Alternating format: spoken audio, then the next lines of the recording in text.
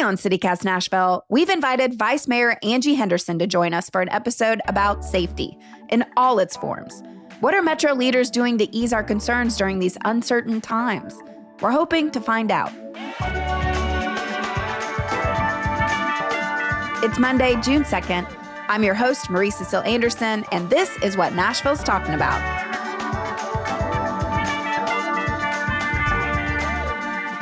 The word safety can mean a lot of different things to people. Safety from crime, but also safety from law enforcement overreach, safety in schools, safety in housing, safety to choose how you move around the city. Angie, what's your definition of safety? I would say for those of us who are elected officials, it is both a factual, data-based metric around crime, and then it is also a perceptual thing. It's a feeling. We do want all of our citizens, all of our guests, no matter how they're encountering our city, to personally feel safe. But obviously, folks bring all their own sort of baggage, history, and feelings to that, right? So that perception spectrum is really interesting. It's kind of both and, right? It is showing the data, showing the work, specific types of crime reduction, specific types of harm, vehicular crashes, and things like that, really working to show that we are reducing those and making sure that we're funding appropriately for people and programs to reduce those harms, but also to make sure that we are communicating in a way that is both accurate but also responsive to people's very real perception of lack of safety or possible harm. Well, so I'd like to focus now on some major headlines, then some specific conversations surrounding safety that have been in the news a lot lately. So last month, ICE agents joined forces with the Tennessee Highway Patrol for what they called public safety operations. These operations have been predominantly focused in South Nashville. Some folks listening might be wondering, is there actually a rise in crime in South Nashville or anywhere else that would explain the sudden increase in enforcement? I do not believe so. And I think that is just one of the many reasons there was some concern about these operations. Again, it's always important in the safety space to be specific, right? We can't just put the words public safety on something and that checks a box to make it okay.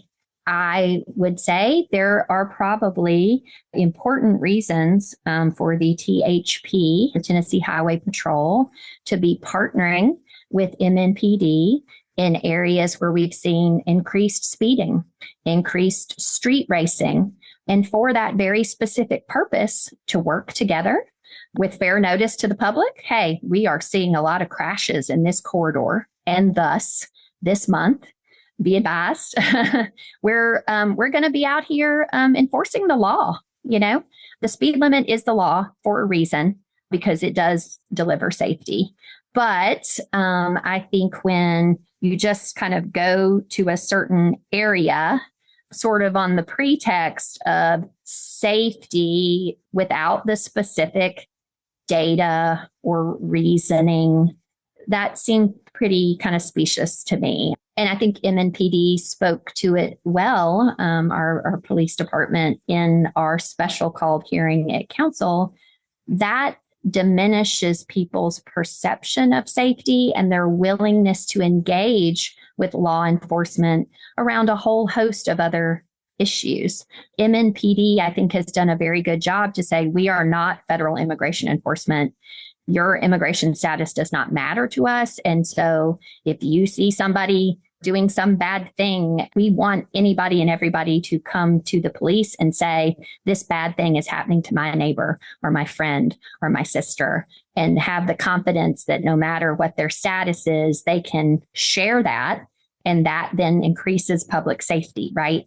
But I think when you have a big enforcement action like this in a particular area for a purported purpose, I worry about how that just diminishes so many other aspects of safety and, you know, kind of to what end, right? Because the final press release of, oh, you know, these are the 5 or 6 individuals who were actual criminals that we apprehended, and great. But ICE, the federal government, again, that's not our role, could have sought those individuals out without having to do a massive dragnet. I think I already know my answer, but how then did you feel about the city's response to ICE?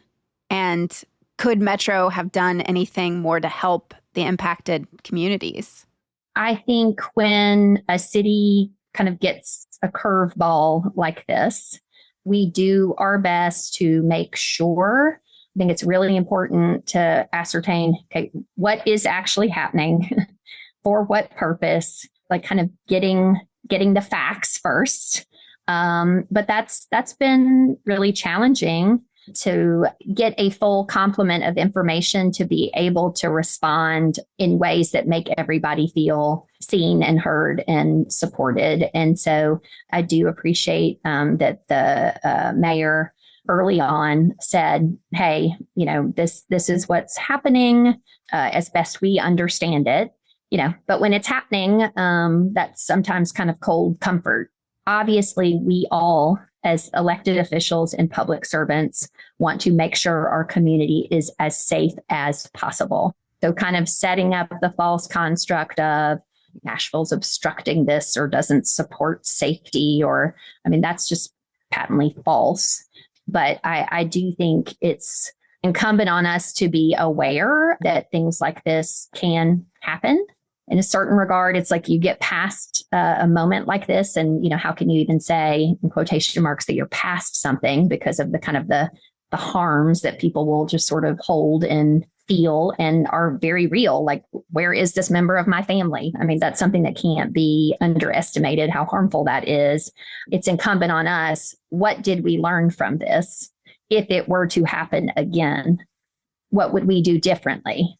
I think our special call meeting was sort of a first step in that regard. A lot of questions were posed. I know a lot of questions are still pending from our city government to Homeland Security, who specifically was stopped, who specifically was removed from our city, and the names. And I know that we are doing our best, our legal division, this administration, the mayor, to get that information. But I do think everyone did their best to do their best in this moment. There's always things you can do better. In talking to your constituents who support stronger immigration enforcement, what have you heard? And did those operations make any Nashville residents feel safer? I don't really think so. I represented a majority conservative district when I was in my council service. And when folks email council members at nashville.gov, the vice mayor, I am a +1 on that. So whether or not I'm specifically addressed, I am seeing all that.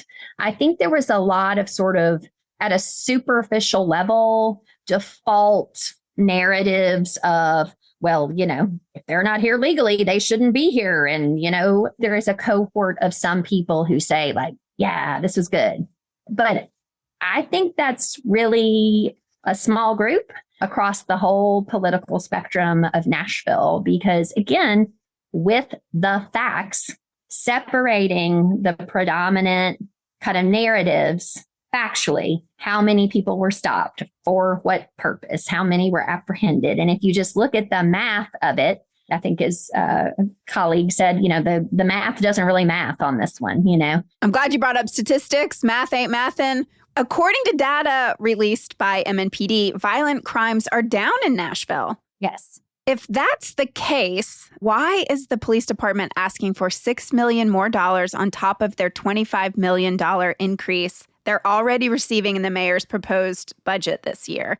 Yeah. So I think, this is kind of a perennial question about public safety budgeting of the police department, budgeting of social services and education, and right, and how do you kind of balance the real need for enforcement around crime that is presently happening, and how much do you put on the kind of preventative side of the scale, right? Diminishing poverty and some of the challenges of families and young people growing up, exposure to violence, whether in their home or otherwise. I think this council and this administration have shown all across the political spectrum that it is very important to kind of fund into the side of harm reduction early on. Building community and supports on that side of the scale will help there be less crime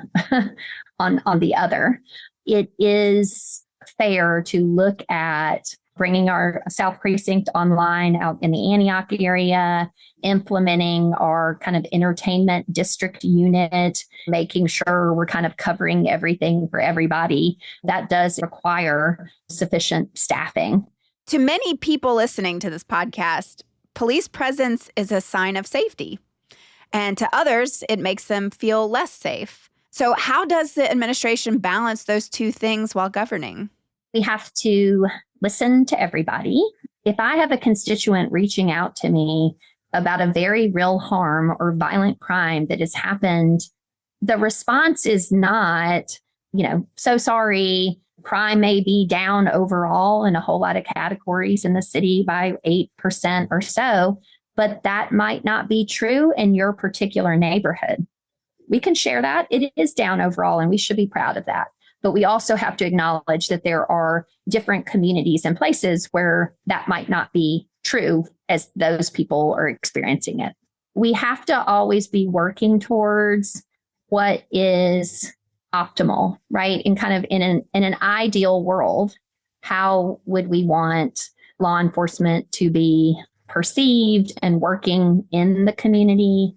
You can never just kind of separate that from a wide variety of contexts. But I think it's important for people who are in law enforcement to be kind of, socially, emotionally aware and intelligent, right, about the different spaces that they are in or the spaces that they choose to be in, and that they are invited to those spaces.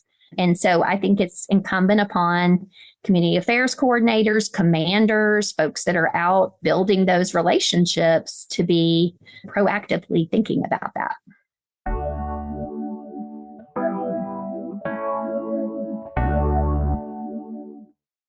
Nashville has plenty of live music, but you're missing out if you've never experienced Musicians Corner in Centennial Park. It's unlike anything else in town. First off, it's a 16-year-old multi-genre concert series that's absolutely free.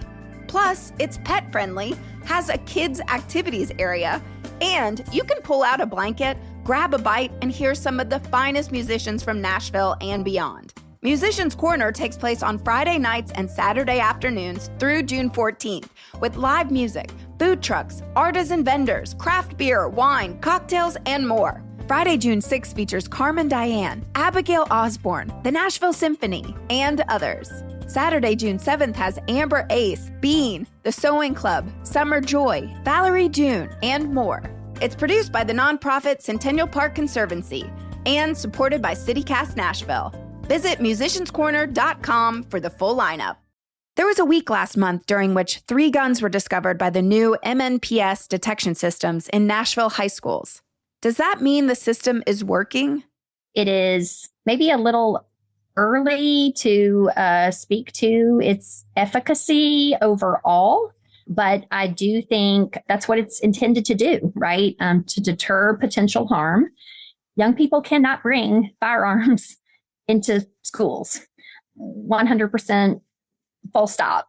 I think it's always a challenging balance because nobody wants their school to feel like a prison in quotation marks, right? Like you got to go through the metal detectors and do all these things.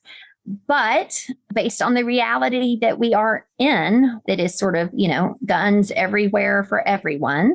State law allows guns in vehicles. Vehicles are uniquely vulnerable to being broken in. I mean, if you look at the data, the data that MNPD will share with us about, thefts of guns from cars utilized in crime, it is a real problem and potential harm. So I believe it's the Evolve system or whatever has detected these guns. it's incumbent on us to see, are those working? Should we implement those? What is the cost to implement those? It's that same thing that we talk about how sad it is to kind of have to do first person shooter drills in schools and stuff. I mean, it's just so tragically sad that that's a reality that we have to expose our children to. How do we balance our very real situation of the prevalence of guns? And some people would say, make every school a fortress. And other people would say, address the problem at its source. But we keep hitting a wall there too. Well, something to be celebrated, I want to say, is that the Office of Youth Safety, first one of its kind here in Nashville, recently hired a director, Phyllis Hildreth. What else is Metro doing to provide kids with third spaces and other remedies to violence? The Parks Department and libraries as well had their budget hearings along with MNPD. And that, not necessarily even juxtaposition, but kind of looking at that, right? Because libraries, parks, they provide that summer and after school programming that I think is really important for young people. And, the Office of Youth Safety, as it is aligned with kind of juvenile justice, where are these kids in their life journey, their personal growth? Have they been justice involved? It's really challenging because Parks is telling us that pretty much every summer program is oversubscribed, right? That the wait list is as long as the sign up list. And I think any parent, no matter their, fiscal, financial kind of, capabilities or capacity or time, finds summer and after school really challenging to program for their kids. And, everything that obviously Parks provides, those are free programs. And I appreciate NASA, the after school program, which is year round. Obviously, MNPS has summer opportunities, but I think, those third spaces and opportunities for young people are really, really important. And I think we need to be designing our communities in ways that I think give them opportunities and independence. I mean, I think about this a lot. My kids are in college, out of college, but, when they were kind of teenagers and stuff, just those kind of liminal times when it's like, oh, you're here in a public park and all the swing sets are for babies and little kids. Where did the teenagers go? Like where are the swing sets and the fun things for them that don't have any cost? Young people, teenagers, they want to be in community with each other. They want to be able to hang out. And our libraries have done like Studio at NPL, right? Like has comic drawing classes and manga and maker spaces, and kids being able to access public transportation, safely bike somewhere. Not every family can or should have to, pay for a vehicle for their young teenager to be able to get to their job. So having young people be able to access all these programs. And if they see online that there's a free cool class that they want to do this summer, but like, how are they going to get there? Right. Well, I'm glad you brought up transportation because we're going to get into something very near and dear to your heart, bicycle and pedestrian safety. Honestly, it feels like there is a news story about someone on a bike getting killed by a car almost every week here in Nashville. We've reported on the bike lanes disappearing from downtown and the East Bank. Angie, in your opinion, what do you think is going on here? So I think it's always been challenging in a city of our size. I often tell people we're 526 square miles, right? Delivering any sort of system at scale. But, there's always a way to kind of eat the elephant, right? And we've got to kind of build out, I think, our bikeable network, our system of that in a really intentional way that both works out from our core, make sure when we have clear earth and an opportunity like the East Bank that we build it in. And that in the meantime, as we have very accountable goals to deliver that system, we need to think about where is there dense residential approximate to the park or the community center where these youth could be coming to do summer activities and go into the swimming pool and take in the classes, right? Like, how do people walk to access jobs, transportation, all that stuff about civic life that is fun and uniting, right? Like going to the community pool and going to the library and taking the classes. That's how people feel and experience community. We have struggled with sort of fits and starts and different funding buckets to communicate the potential in a truly safe and enjoyable bikeable network, right? We've just done these bits and pieces. It just builds a lot of frustration because much of our bikeable network is unsafe in my view. And that's very palpable. There are folks for whom they don't have a car and they need that access. Your average Nashvillian does not think of themselves as a, quote, cyclist. They're just people who might want to bike somewhere, much as we all did in an earlier era before cars were heavier, higher, faster, literally more lethal. There are more or as many vehicles in this city than there are people. So designing a system that is not just safe, but it's enjoyable. We have very little of that.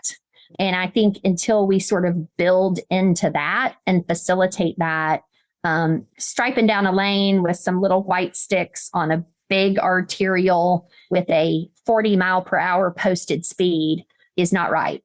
Are you referring to Lebanon Pike? NDOT recently reported that they completed 10.7 miles of bikeway in fiscal year 24-25. Half of that was on Lebanon Pike, where those flex posts that you're speaking of and paint separate the bike lanes, and the cars, like you just said, are going 40 miles per hour or faster. Let's be honest, it's Nashville, probably faster.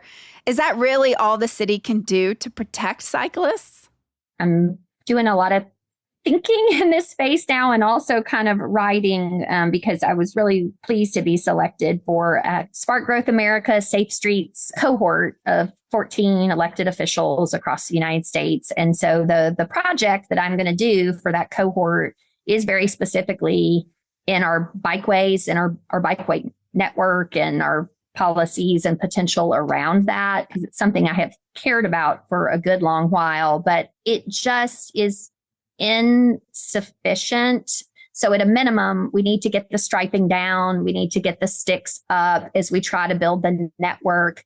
We might not be able to deliver a truly kind of concrete protected lane at that time. And so there are places and spaces where, but for those paints and sticks, you could not make a safe connection at all. And so we do have to do that work, right? We shouldn't let perfect be the enemy of the good.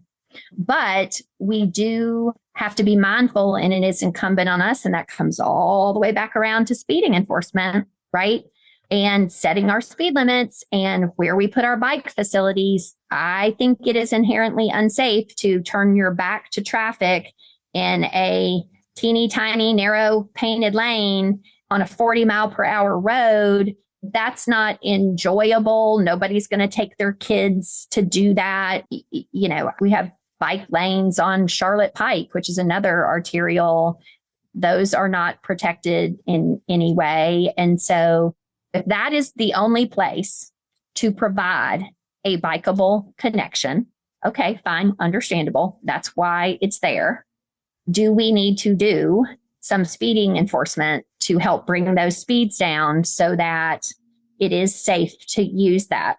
Everyone's safe. It all goes back to safety. And then I think one of the challenges with the bikeable network is because of the feeling of being unsafe and sometimes the very real, the reality of it being less safe than it should, we don't have a real high ridership. It's sort of that similar thing of there's nobody on the buses, and why are we funding the bus system? And with increased investment and buses running on a more frequent headway with more crosstown routes, the system becomes more useful and practical to everyone. So you can't kind of underfund something, do it piecemeal, whether that's your bikeable network, your walkable network, your transportation network, they all relate to each other. walkable, bikeable communities where people can safely walk at all hours for all purposes, to job, to recreate. That enhances safety. It is eyes on the street. It is people in community with each other. That awareness of your neighbors and your neighborhood, that also delivers safety and reduces crime. My last question for you is to kind of zoom out and look down at Nashville and understand all the different nuances that are taking place. So it's an extremely uncertain time for many people in our city, regardless of their political leanings. We lead the nation in gentrification. Property taxes are going up, but people can't afford housing in the first place. Federal employees are losing their jobs. Public health facilities and researchers are losing funding. Nonprofits are restructuring due to cuts. Is it unreasonable for people to expect their leaders to be able to keep them safe from all these different things? It is not unreasonable to have that hope or expectation, but it is particularly challenging. It's always been a daunting task to do all the things and balance, public health and safety and infrastructure and schools and housing affordability. It's highly complicated. And so I think Nashville sometimes has the challenge of just the scale at which we have to deliver stuff, the whole big 526 square miles, right? So what may seem a more tangible problem for a 5 square mile city or a 30 square mile city, right? It just seems a little more tangible to deliver what's needed. And so I think sometimes we struggle because of that kind of overwhelm. But also what I want to remind folks is that it really also provides an immense opportunity, because we can deliver policy around housing opportunities for missing middle housing, smaller housing forms that have lower cost. And we can do that ideally at scale, but also with intention. We contain multitudes. Hopefully we can kind of navigate the tension or the perception of, we're just going to blanket do all these things and I don't want things to change. And especially in that gentrification and affordability space, we're a big city with a fair amount of land and space and opportunity. And, we have a lot of hard work to do. I think it has been particularly challenging for Nashville with multiple mayors in a time we would typically have one. A tornado, a derecho, a pandemic, a downtown bombing, a school shooting. I think those of us in elected office hoped maybe that we might turn a little bit of a corner of a city with a new administration at the local level and having a lot of those things kind of behind us. But now we have at the federal level very intentional chaos induction and harms. And that is also very, very heavy. I know that everybody with whom I serve cares deeply about this city, about their constituents, about their safety, about their opportunities. And every city is challenged in having these conversations about, again, the balance of public safety, the amount of policing, the policing technologies and the systems around those. And so I can understand people's frustration.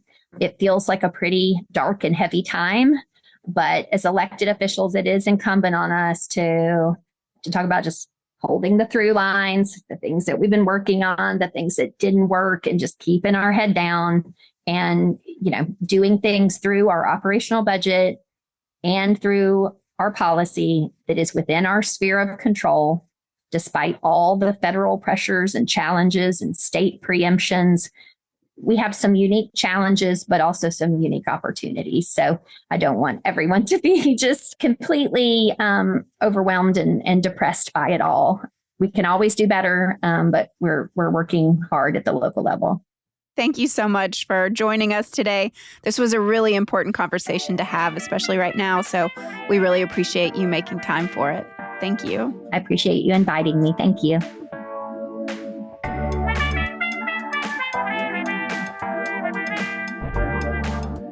That's all for today here on CityCast Nashville. If you enjoyed the show, why not tell your friends? Rate the show, leave us a review, and subscribe to our Hey Nashville newsletter. We'll be back tomorrow morning with more news from around the city. Doodles!